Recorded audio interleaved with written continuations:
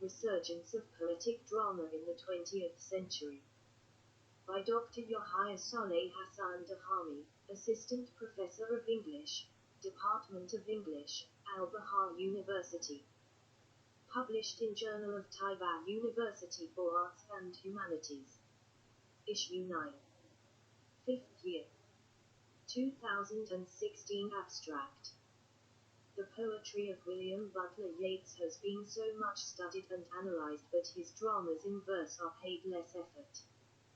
This study aims to shed light on the way Yeats thrived in writing poetic dramas in the age of prose. It is arranged to contribute in enriching the field of study because of the lack of sufficient recent researches in this area. The study starts with an introduction on poetic drama, then an analytical examination of the plays of a major 20th century poet and dramatist, W.B. Yeats. It aims to demonstrate his contribution and influence of the revival of poetic drama in the 20th century, a pioneer as an eminent as T.S. Eliot, with special reference to the Land of Heart's Desire, and the Countess Kathleen. Also, indication reference to some other of Yeats' plays is important. Keywords: W.B. Yeats, poetic drama, revival, literature, plays, 20th century. Introduction: the term drama is sprung from the Greek verb dram, which refers to action. It is a mode of illustration which depends on verbal expression and gesticulation of some performers. Drama has echoed the customs, manners, and general life since its early stages more than 5,000 years ago. It has had a significant communal purpose and impact. It is the most sophisticated and most simple way of recording human endeavor. Its purpose is both to entertain and to instruct. The World Book Encyclopedia, Volume 4, 1955. p. 2078. Drama was brought into being by poets of the prehistoric world as one of the first mythical methods. Drama has betrothed the consideration of literary critics, actors, and a huge number of those concerned with dramaturgy. It imitates the consciousness of people and those concerned with its manufacturing. It symbolizes life in all its magnificence and despair. Drama has various objectives such as social, political, religious, and it appeals to diverse societies for multiple reasons. It is so deeply associated with and dependent upon the whole material world of the theatre, with its thronging crowds and its universal appeal. It lies so near to the deeper consciousness of the nation in which it takes its rise. Alardis, 1969, p. 9. Poetic drama avails itself through verse as its medium. It aims at expressing a condition of existence in a given period of time and space. The human mind with its moods and passions can express itself in verse more commendably than in prose. Eliot, in his critical essay The Social Function of Poetry, points out that emotion and feeling can only be fully expressed in the vernacular language which a particular people has fashioned for itself through many generations. It is poetry than prose, which is concerned with the analysis and definition of emotion and feeling. Russell, 1963, p. 303. Meaningful verse dramas on the stage has the ability to make the addressees less conscious of listening to pure poetry, and also can make the audiences participate in the experience of the characters involved. This is because the sublime human emotions can best be expressed more accurately in verse. Critics of poetic drama have emphasized that poetic drama deals with the essence of life. Poetic drama is capable of expressing the voice of the soul, of thrilling the heart and liberating the soul as it motivates the imagination of the audience. Prose drama does not produce this kind of impact on the audience. Several critics believe that the normal medium for drama is poetry. Poetry enhances drama with the musical influence that stimulates the audience. It is almost agreed that there are three major categories of poetry, such as the dramatic, the epic, and the lyric. Any other kind is either derived from these three or is subordinate to them or even formed from combinations of them all. Poetic drama means much more than only a play. In prose drama, the significance is external. But the inner significance and importance of poetic drama is tangibly felt. Poetic drama is supposed to bind greater power to express moods, moments, and feelings more than prose drama. Therefore, poetry and drama are not two isolated elements. They create one body. Drama is integral to verse and poetry turns toward drama. From this point of view, drama and poetry are fused together. Thereby, drama and poetry are intimately associated together as a dramatic work can be considered from a double point of view, how far it is poetical, and how far it is theatrical. The two are by no means inseparable. Schlegel, 1809, 31p. As well as the poetic volumes of the shadowy waters is a further indication that the absolute separation of the two literary forms, poetry and drama, is finally not possible for Yeats, House, Elizabeth Marjorie and John Kelly 2006, p. 106. In addition, Yeats's career as a playwright is inseparable from his career as a poet. Loiseau, Elizabeth Bergman 2003, p. 88. As such, in a poetic play the audience comes to appreciate the meaning of poetry and also the musical harmony that strengthens the passionate impression of the sight. A poetic drama is thus as worldwide and natural as music. It affords greater pleasure than prose drama. The spectator of a verse play will enjoy at least two things. First, a story with its plot, events and action, and secondly, the sense of poetry, music, and rhythm. Consequently, a good poetic drama presumes a kind of poetic vocalization that is both theatrical and reasonable for the action it provokes. In a poetic drama, poetry and action are made integral to each other. They are not brought together randomly, but they are indistinguishable. An enjoyable verse play needs to have two things: a rhythm and the power to express individual character. In a poetic drama the words in verse have potentially a richer meaning than those used in prose drama. Coleridge, in Biographia Literaria, confirms that the nature of poetic expression and its depth can be better achieved in verse than in prose. Some prose plays are more limited in their depth and intensity of expression than verse plays because poetry will greatly intensify the expression. A poetic drama has enough flexibility to convey whatever and is much more transparent than the prose drama. Intrinsically, verse is suitable compound to prose as dramatic language because verse can provide better opportunities for the interplay of action, emotion, and mood. The dramatic verse differs from other ordinary verse. In a poetic play, verse constitutes the third voice of poetry, in which the poet is saying, not what he would say in his own person, but only what he can say within the limits of one imaginary character addressing another imaginary character. Eliot, T.S. 2000, p. 80. William Scarfe, in The Poetic Drama and the Dramatic Poem, defines poetic drama saying that poetry expresses the most intense emotion only with a dramatic situation consisting of a persona whose identity is separate from the author's, and who addresses other characters and an audience according to particular circumstances dictated by plot action. Scarfe, William. 1986, p. 104. William Butler Yeats was born in the Dublin suburb of Sandymount on the 13th of June 1865. Black. Joseph et al. 2008.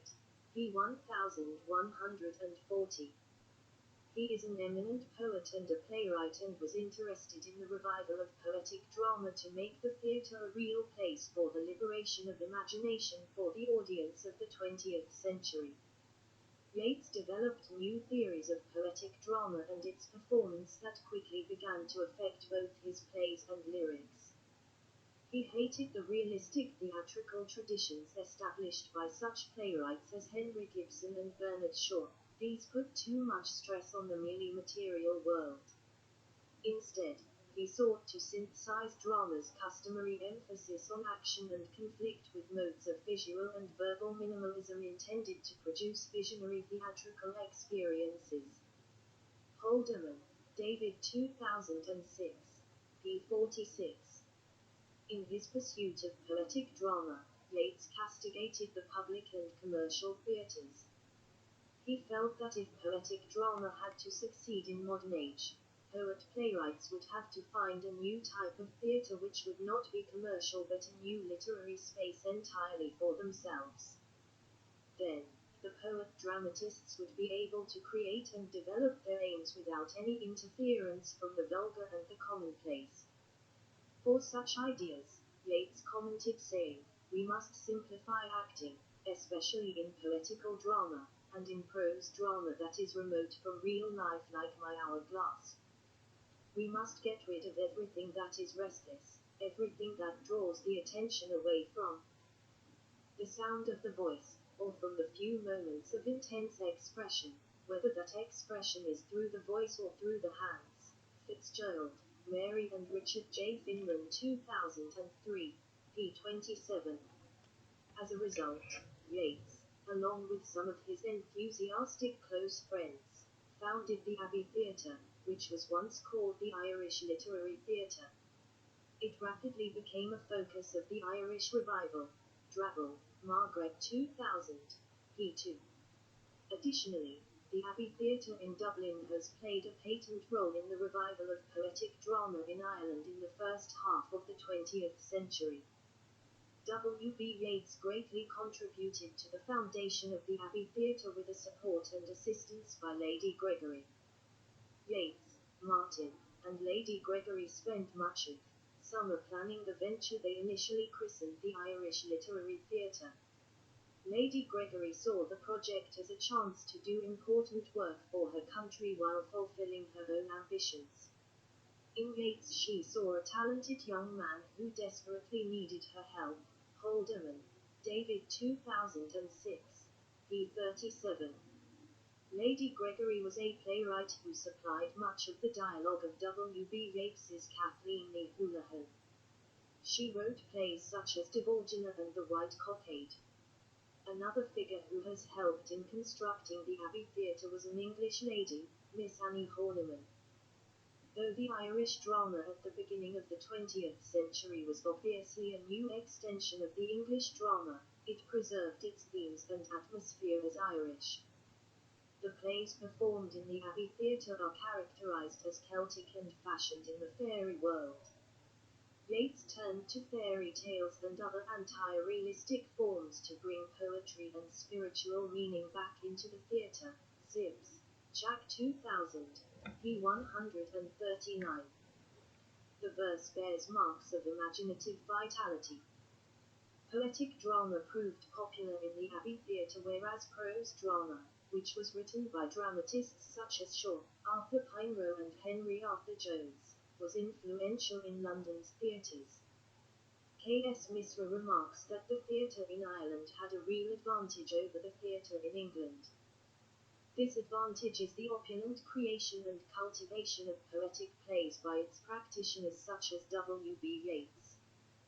William Butler Yeats, Ireland's greatest poet and arguably the foremost poet of the English language in the 20th century, employed the phrase "the Celtic Twilight" as the title of his book of Irish folklore published in 1893, using it to describe the literary and artistic mood in Ireland, a romantic mood of shadowy mysticism and mournfulness. Sternlit, 2010, p. 12. W.B. Yeats is an eminent pioneer in the field of poetic drama who has played an important role in its revival at the beginning of the previous century. He was both a practitioner of drama and a theorist. In his own drama, Yeats sought to recover the earlier verbal energies of the English language and the poetry of the carnivalesque. Luckhurst, 2006, p. 25. In addition, The Yeatsian drama was not just an important alternative tradition in modern theatre but represented more fully the fundamental framework of world drama as it flourished in Greece in the 5th century. House, Elizabeth Marjorie and John Kelly 2006. p. 105. He has endeavored, through large body of his critical essays, reviews, and introductions, to make the stage an arena of excitement, intellectual joy and a place of liberation. Eliot himself acknowledged the contribution made by Yeats in the sphere of poetic drama, for it was due to him that the idea of the poetic drama was kept alive when everywhere else it had been driven underground. Chakravarti, B.N. 1963, p. 52. In one of his essays, The Tragic Theatre, 1910, Yeats depicts prose drama as a fancy of mundane existence. Prose drama is different from poetic drama where poetry escapes the bounds of place and time. Therefore, Yeats grew up experimenting with verse plays opposing prose drama in the Abbey Theatre. His plays demonstrate his genius as a poetic dramatist. Rosenthal, N.L. 1996. Peaksley. Through the long time he spent in writing verse plays, he was eager to cultivate it to be used in place of the popular prose drama. One of the biggest challenges that Yeats endeavored to achieve was that of creating poetic drama that is different from that of the 19th century and earlier. The poetic plays of the 19th century were nearer to the blank verse of the Elizabethan age. He desired to avoid the overuse of iambic, but he used some alliteration. He aspired to use sword poetry that is dramatic because it creates opportunities for the expression of a full range of emotions. Yeats realized that a successful dramatist in the modern age needs to use the elasticity and spontaneity of the spoken language, and this language must be gracious enough to affect the hearer, as the same as poetry attains. The verse used in drama needs to be appropriately flexible to express the pettiness of everyday talk. W.B. Yeats wanted to write the kind of poetic drama that was meant to be tragic. In a tragedy, strong passions lead to a kind of purgation where the spectators are left with calm minds at the end of the show or after reading a play. A pure tragedy arouses strong and mighty passions and feelings. The tragic play, according to W.B. Yeats, is a passionate art because it is concerned with the consequence of the human soul against some obstacles that threaten its existence. Tragedy is influenced by archetypal figures and symbols of universal humanity. The spectators, in a tragic play, share with the protagonist the same feeling, and they undergo the same exaltation. The dramatic works of W.B. Yeats represent his overall contribution to the revival of poetic drama in the first 3 decades of the 20th century. The miscellaneous plays that he wrote measure his great efforts and will to reform and renew the Elizabethan blank verse. He tried different ways to establish a new means of poetic drama. It is rightly observed that by 1917, when Yeats's efforts to create poetic drama had reached the peak, he was not writing for the Irish National Theatre but for private drawing room, and took for his model not a native but an exotic form, Misra, K.S. 1981, p. 48.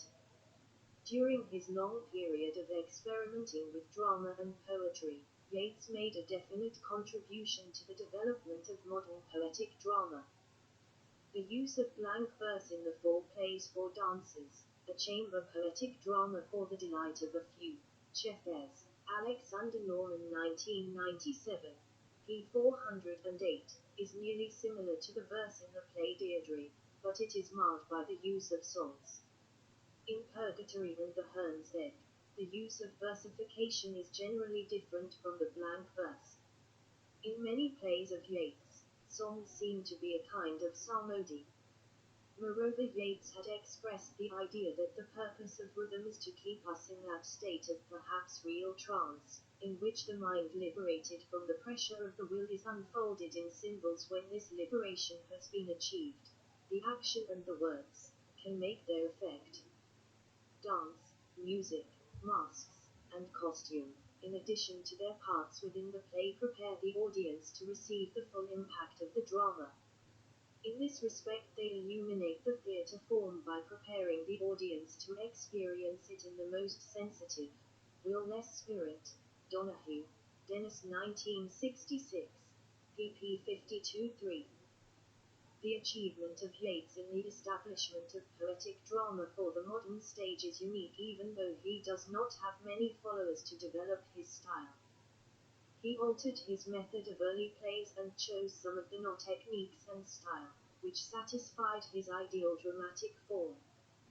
Yeats believed that it is difficult to satisfy all the audiences, their tastes and dispositions. So he preferred a new form of aristocratic drama that needed sophisticated spectators to understand and encourage the use of poetry on the stage. Yeats developed a complex theory of masks to account for human character, and in many of his own plays he returned to ancient Greek or Japanese styles of masked acting to bring out the essential role of artifice in life. Further, Michael 2007, p. 216. Yeats' historical significance in respect of the revival of poetic drama remains indisputable.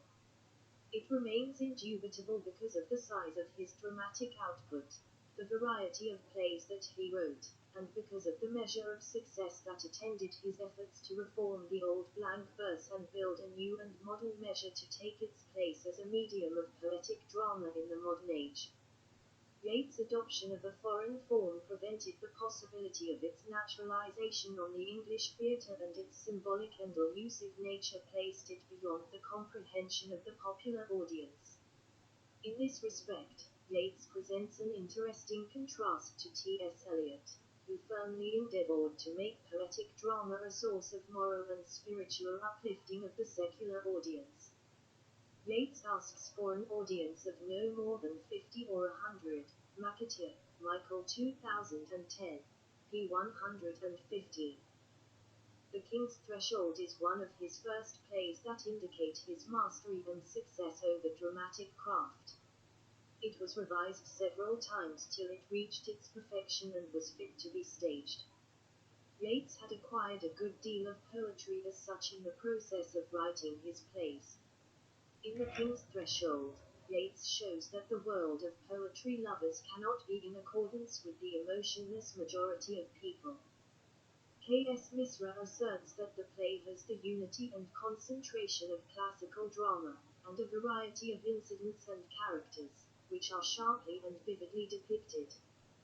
But it is static because the central situation undergoes no dramatic development and the hero no tangible transformation, inasmuch as his ecstasy does not grow out of the action. Misra, K.S. 1981, pp. 29-30. In this play, the poetry used is dramatic and lyrical, and it registers certain development over his previous plays. The essential metaphors and symbols are suitably woven into the play's texture, making it better than his previous play. Deirdre is another mature and successful play of Yeats. It is a tragedy of passion. It has better characterization and more compact construction. Deirdre is a retelling of an ancient Irish myth involving love and loyalty. Felton, Artaud 2007, p. 3. Its importance lies in its popularity as an Irish legendary story. Deirdre is the heroine and the main character of the play. She is so beautiful as to be equally compared with the legendary Helen. Among English writers, or to be more accurate, writers in English, the idealist side of symbolism made a particular appeal to W.B. Yeats, who, from his early 20s, was interested in the occult and in the world of Irish legend. Foyle, Martin et al. 1988, p. 305. The collection of Japanese no plays, 1913-14, which Ezra Pound translated into English, satisfied W.B. Yeats's heart and desire deeply. He decided to link the technique, symbolism and ritualistic quality of the plays with the Irish mythological and legendary stories.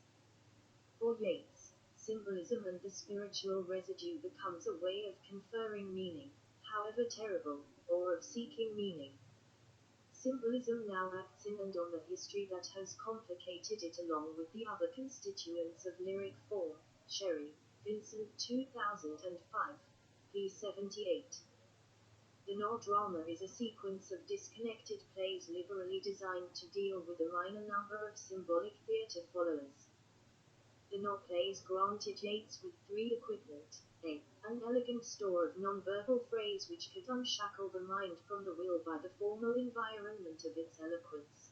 b. A theatre form of demonstrated strength, a means of unifying and of understanding his material, a way of distinguishing the natures latent in it, and c. A means of undercutting the sheer demonstration of the superficial of life. They have the ability and capability to incorporate different features of personal experience and literary structure into a comprehensive illustration of life. The collection of plays altered Yeats's thought unto artistic drama. Besides, in one of Yeats's last poems he remembers the themes and stories of his early poems and plays in verse, and their grand heroic characters, and recognizes that he was attracted by their appearance and not by the reality that lay behind them. Thornley, G.C. and Roberts Gwyneth 2003, p. 182. As a result, he intended to make his new writing indirect, symbolic, and different from his preceding plays. This kind of drama was designed to be both lyrical and mysterious. One of its principles was remoteness from life and reality. This new aspect of drama helped Yeats to proceed to a new milieu different from his first dramatic inspiration. Alardis Nicholl sheds light on the effects of the plays on Yeats, saying, in the works of W.B. Yeats, this Japanese influence was freely acknowledged, and his plays provide an illuminating illustration of the way in which this influence produced a complete change in orientation. In his earlier writings, Yeats had been dominated almost completely by the Elizabethan style, which he sought to mold into a new shape by his lyrical imagination. Alardis, 1973, p. 313. Yeats became more interested in an elitist drama, which is based on ideas about the Japanese drama and directed towards an audience of few chosen people. Four Plays for Dancers is the first play Yeats wrote after he had been impressed by the plays.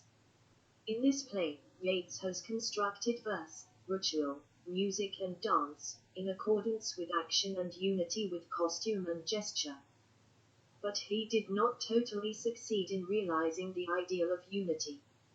In Four Plays for Dancers, his success is measured by his ability to realize the ideal of poetic drama. The Only Jealousy of Emma, Yeats' deeply autobiographical play, Wood, Michael 2010, p. 64, is the second play in this new series.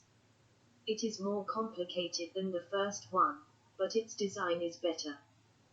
The action of the play is a consequence to On Bail's Stand, which talks about the tragic death of the protagonist, Cuchulainn, a character in several of Yeats's early poems and plays. Hopkins, David 2005, p. 264, in his conflict with the waves of the sea. In The Only Jealousy of Emma, the central figure is the wife Emma. She is presented with Cuchulainn's mistress, Ivanhoe, carrying the body of the dead hero, Cuchulainn, to a cottage of a fisherman. Like Four Plays for Dancers, the central point is the conflict between the self and the image. Brisrick, the maker of discord, has possessed the body of the hero. C. The dancer offers her help to release the hero's soul to life again, but with a condition. This stipulation is that Emma should renounce her love to him, and because Emma loves him, she agrees to the proposal, and it is important for her that Cuchulainn returns to life. With the new change of life, Emma feels that her soul is defeated, but she considers that it is her fate which she has chosen. The next play is The Dreaming of the Bones.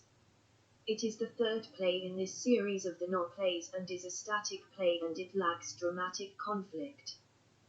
The orientation used in the play changes its atmosphere to become a play of thriving adaptation of the Japanese No tradition. The following 2 points present the qualities of the Japanese No drama. In the No, the central situation is often the meeting with a ghost, god, or goddess at some holy place or tomb. B. The play also conforms to No convention of playing upon a single metaphor, Misra, K.S. 1981, p. 37. The last play of this series is Calvary, which tells the story of Christ on the day of his crucifixion. Herons, or Herns, frequent Yeats's poems and plays, notably in the brief play Calvary, where it may stand, mysteriously, for Christ, fervor, Michael 2007, p. 97. Calvary is not consummately a No play. Yeats achieved a design his ideas confirmed by the aristocratic, impersonal and stylized drama of the Japanese No plays, whose actors also wore masks and moved with carefully choreographed gestures. Stan Smith 1990, p. 86.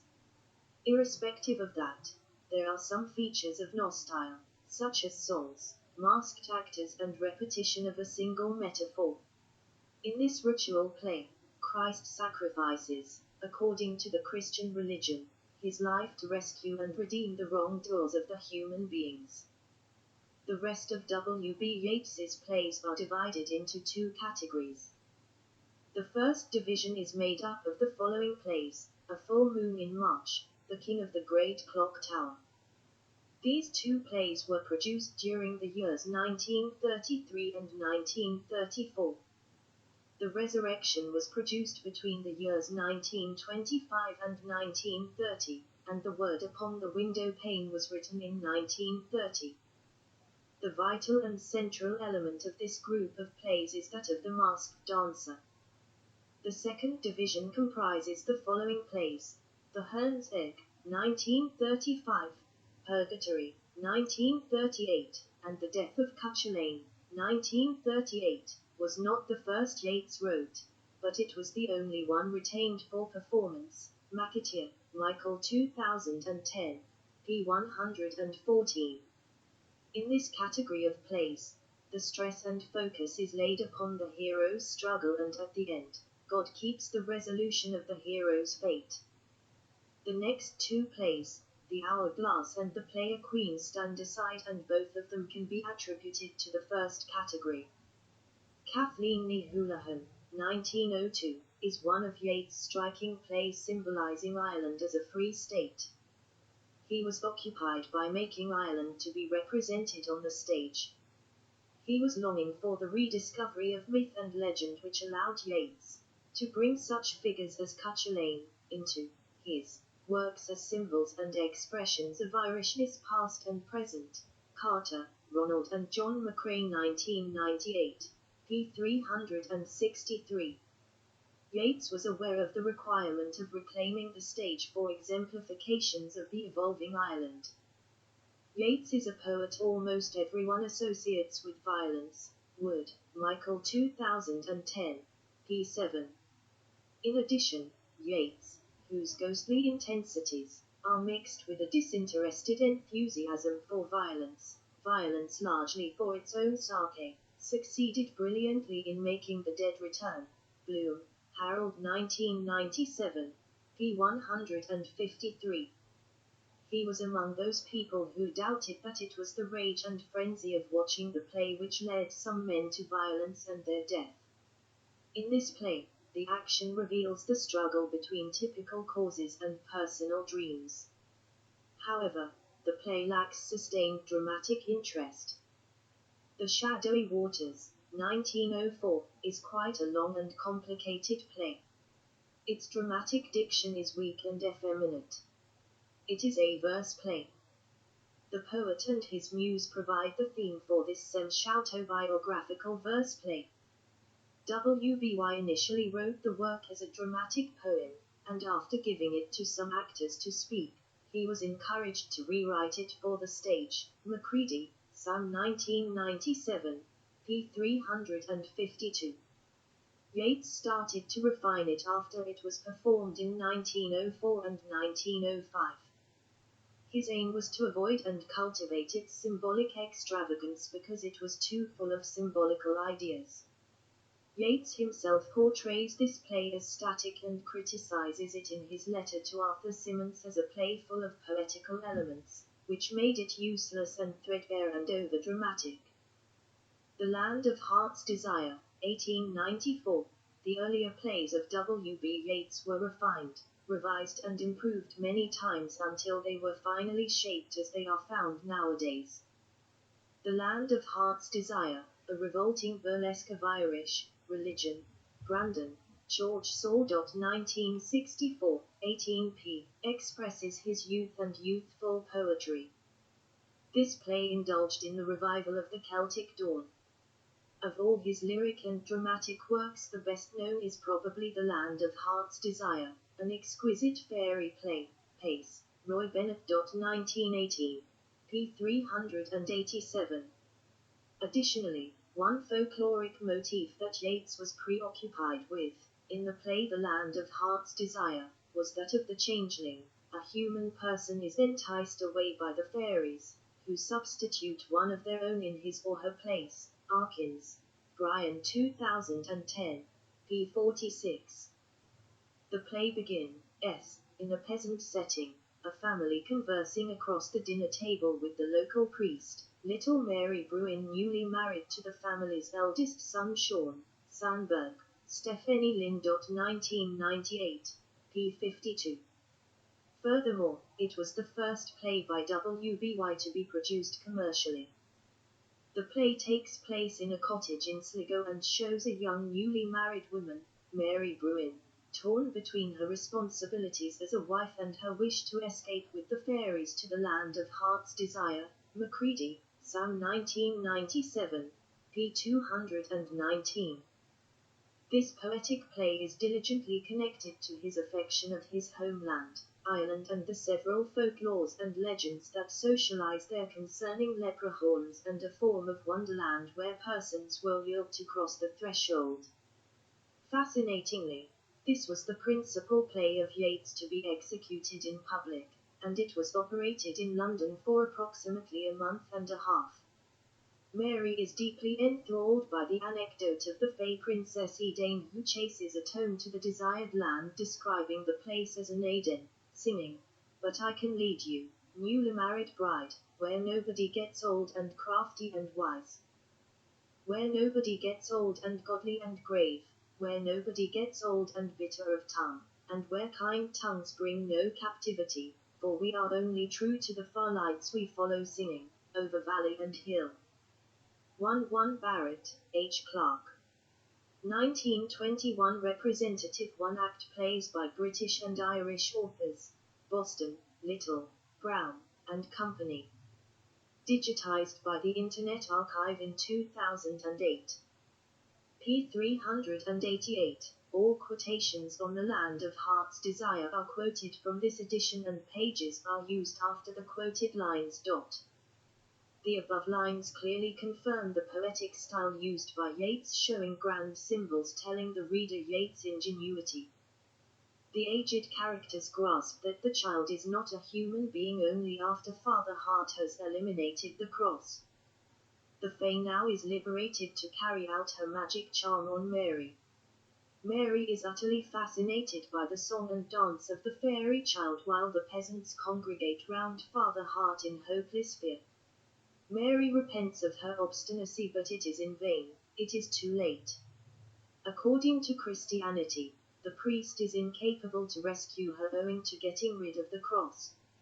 Mary is now lifeless, only white body is left, leaving the shorn grieving. She moved out to an imagined Eden where the wind blows over the lonely of heart and the lonely of heart is withered away, while the fairies dance in a place apart, shaking their milk-white feet in a ring, tossing their milk-white arms in the air, for they hear the wind laugh, and murmur and sing of a land where even the old are fair, and even the wise are merry of tongue. But I heard a reed of Cooloney say, when the wind has laughed and murmured and sung, the lonely of heart is withered away. p. 381. The play deals essentially with lacking themes such as dreams, hopes and age. It involves itself with significant themes similar to hopefulness, reveries and oldness. Sean and Mary Bruin are a pair who have newly wed. The couple dwells in a small house with parents of Sean. An elf kid enters their being. The fae is primarily received with kindness by the Bruin family. Nevertheless, it is obvious that there is something doubtful about this fairy visitor standing against Christianity. Her role is to concentrate on how life is ephemeral for mankind, attempting to deploy Mary into the fairy realm where there is no death and misery. You shall go with me, newly married bride. Where beauty has no end, decay no flood, but joy is wisdom, time an endless song. I kiss you and the world begins to fade. p. 387. Even though the husband, Sean, trying his best and persuading his wife not to leave him and her house, the sprite kisses Mary. Immediately she deceases in Sean's arms, thinking of life in the fae domain and unrestricted from human obligation. This drama utilizes considerably traditional legends of Irish mythology, such as key motifs of growing old and dilute from the loads of life. The play is criticized as a play of womanish introspection and of little dramatic interest. It depicts the ambition and desire for immortality, appeared in 1894, becoming Yeats's first play to reach the stage and marking the first step in his lifelong quest to win a place for poetic drama in a theatrical world dominated by other modes. Holderman, David 2006, p. 23. As it is mentioned earlier, the chief character is the heroine Mary. A dreamy girl prefers her own dreams and a wandering voice of the night to the priest, Yeats, W.B. 2000, p. 94, who was attracted and induced by the fairy boy to be immortal. She tries to fight two inner conflicts until she becomes sick. She wants to be loyal to her family and the restrictions and traditions of her society, and at the same time, she cares for the fairy boy. In addition, she is allured by the fascination of the fairy world where, as her mind wishes, freedom and beauty are limitless, there is only joy and happiness. Finally, she decides to desert her hearth and follow her heart, searching for wisdom and endless joy, happiness and singing.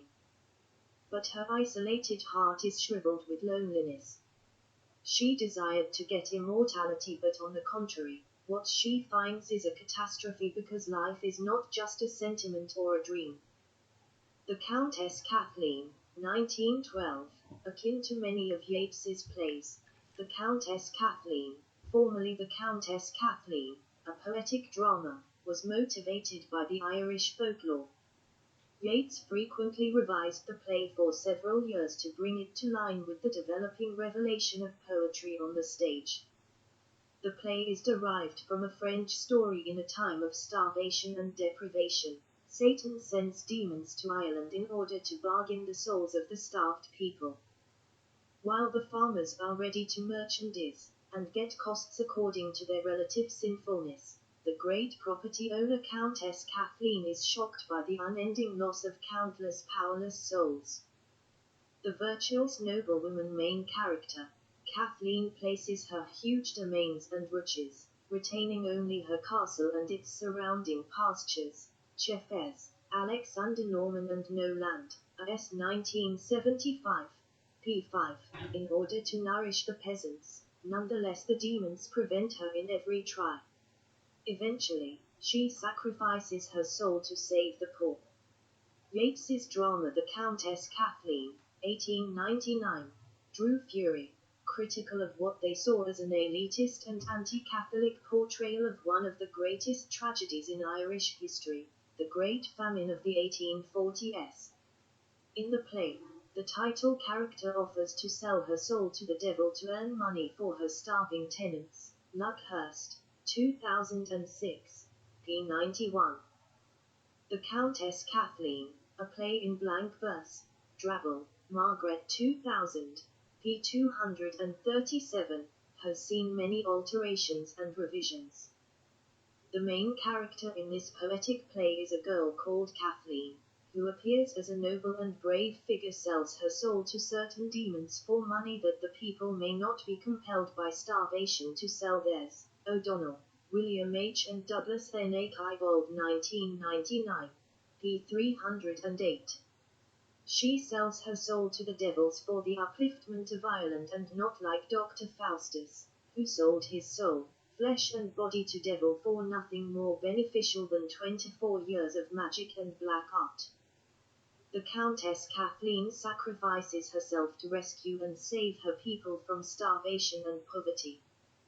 The demons appropriate her money and stop her from serving her poor people. In that case, she obliges the demons to bring back the peasants' souls in replacement for hers, which she is ready to sell in order to protect the peasant from the demons. Her sacrifice transformed her character and personality into the status of a heroine.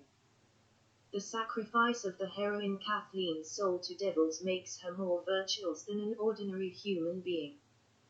The play, The Countess Kathleen, symbolizes a contest between good and evil, between a material existence and a spiritual existence. Kathleen did not change her feeling or passion against her lover, the poet Abel, who begged her to look after her own life and keep away from despair and dismay in life. There is an outward conflict in this play, which show the dramatic conflict required to arouse passion. Consequently, the lack of dramatic conflict turns the poetry undramatic. It may be thus rightly said that this play, as well as The Land of Heart's Desire, depend more upon their poetic strangeness than upon dramatic power. The play is rich with lyrical passages and short poetical speeches which are of sovereign value and arresting beauty, apart from the dramatic context, such as the speech of Mary with the two merchants when she sings, "Destroyers of souls, God will destroy you quickly. You shall at last dry like dry leaves and hang nailed like dead vermin to the doors of God." 22 Yeats, W.B. 1920. The Countess Kathleen, Volume 1 of Dublin Plays, London, T. Fisher Unwin Limited, digitized by the Internet Archive in 2008. p. 32. All quotations on the Countess Kathleen are quoted from this edition and pages are used after the quoted lines. The play is clearly dominated by striking imaginative and symbolic poetry, overwhelming it all, such as the following lines by the angel who says, "The light beats down, the gates of pearl are wide, and she is passing to the floor of peace, and Mary of the 7 times wounded heart has kissed her lips, and the long blessed hair has fallen on her face. The light of lights looks always on the motive, not the deed, the shadow of shadows on the deed alone." p. 118. The play is totally poetic with grand amazing rhythms, such as the following lines chanted by Kathleen directed to the poet, Eliel, "Do not hold out to me beseeching hands. This heart shall never waken on earth. I have sworn, by her whose heart the 7 sorrows have pierced, to pray before this altar until my heart has grown to heaven like a tree, and there rustled its leaves, till heaven has saved my people." pp. 58-9. After the negotiation with the demons, she has only minutes to live, as one of the demons says. When she dies, she is forgiven in favor of her sinfulness, since she struggled to lend a hand to the people. After the angel has guaranteed exoneration for Kathleen, her foster mother, Una terminates the story with the following stunning verse lines. "Tell them who walk upon the floor of peace that I would die and go to her I love. The years like great black oxen tread the world, and God the herdsman goads them on behind, and I am broken by their passing feet." p. 103. The play tells about how to turn an Irish folktale into a verse play, how landlords should care for their tenants. Richards, Sean 2004, p. 38. The Countess Kathleen and its lyrics had become, as Yeats desired, indissoluble. He recalls the Countess Kathleen's dying words and becomes suffused with a soft liquid joy as the verses crooned in the ear of his memory. Skakard, Ronald P. 27. An obvious imaginative portrait of the noble Countess and her sacrifice is presented remarkably in the poetical lines pronounced by Kathleen addressing Una and Aileel as a mark of heroic deep meaning and poetic. Bend down your faces, Una and Aileel, I gaze upon them as the swallow gazes upon the nest under the eave, before she wander the loud waters. Do not weep too great a while, for there is many a candle on the high altar though one fall. pp. 98-99 in his plays, The Land of Heart's Desire, and The Countess Kathleen, and maybe in others, Yeats does not convince dramatically. In these he persuades. It may be the finer way for the imagination, to persuade by the thing seen, rather than by the thing shown. But it is not the way of drama, whose end is to be achieved by methods of illusion other than those of cadence and color. MacLeod, Fiona. The North American Review, Volume P. 483.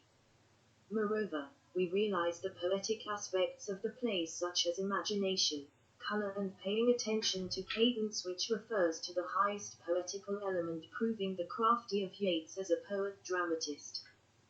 Conclusion: these plays and the previous ones of W.B. Yeats denote Yeats's career as a creative and ingenious writer, as a poet-playwright, and a social commentator. His poetic plays, together with his poetry and other literary writings, proffer the readers with a precious documentation of the competing demands of poetic technique on the modern stage. To a great extent, he was preoccupied and concerned with the problem of writing modern poetic plays. In the 20s, poetic drama is the most difficult genre of literature to be composed. Yeats determined his plays to reach out more to the audience with his poetry. He insisted that poetic drama should be able to appeal to and fascinate a few interested numbers of spectators, and since poetry finds its uppermost fulfillment in the theatre, the poetic and the dramatic can be integrated. W.B. Yeats asserted that people should go to see poetic plays for spiritual excitement and for experiencing a dreamlike state in which they surmount the daily problems and worries of life that press strongly on their thoughts and hearts. Claiming insight into the depth of the human heart, naturally emphasized the spiritual dominance of the theatre. The sequence of events in a dramatic plot does not need to be severely logical. Part of the action may be symbolical, and even the abnormal and irrational are allowed in the body of action.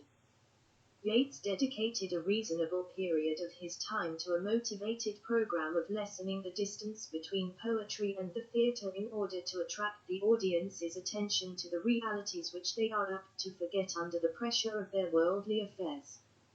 He struggled to build a verse which appeared to have been carved out of living speech because he believed that verse should be capable of working on its listeners' minds unobtrusively. Yeats deserves to be considered as an influence on the Irish drama, for he touched off a new dramatic movement in Ireland. He introduced the poetic drama and inducted a semblance of the Japanese no drama in the Irish theatre. Sarkar, Sunil Kumar 2002, p. 305. To sum up, the poetic plays of W.B. Yeats have found a permanent scene in the repertory of English poetic dramas for the modern stage. Although William Butler Yeats has been celebrated more as a poet than as a dramatist, from another angle of vision poetic drama was central to his artistic life. Owens, D. Coylin and Joan N. Radner 2000. p. 38. The skill of the poet is evident in his choice of language. His poetic plays are of great merit. They, to a great extent, have solved the problems of poetic drama, and Yeats has shown convincingly that poetic drama is possible in the modern age. Through both his essays and his practical verse plays, W.B. Yeats has successfully and tangibly contributed to the revival of the English poetic drama in the 20th century. References: Alardis, Nicol. The Theory of Drama, Delhi, Dover House. 1969, British Drama, New Delhi, Dover House. 1973, Arkins, Brian. Reimagining Ireland, Volume 19, The Thought of W.B. Yeats. Brookels, Bell, Peter Lang AG, 2010. ProQuestbury. Web. The 7th of December, 2014. Barrett, H. Clark. Representative one-act plays by British and Irish authors.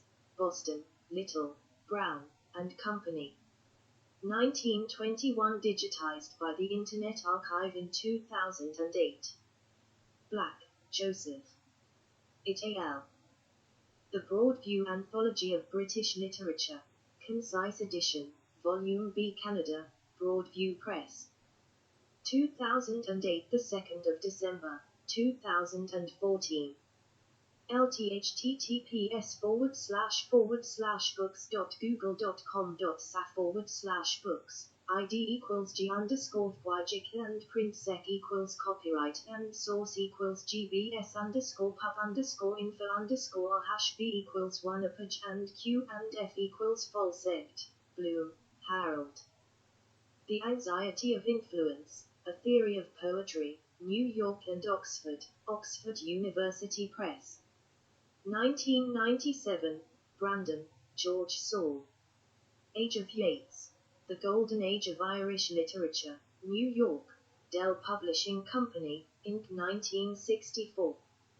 Carter, Ronald, and John McCrae.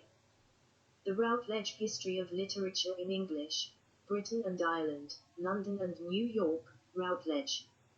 1998, Chaturvedi, B.N.T.S. Eliot, Allahabad, Delhi, Kitab Mahal Pvt Limited 1963.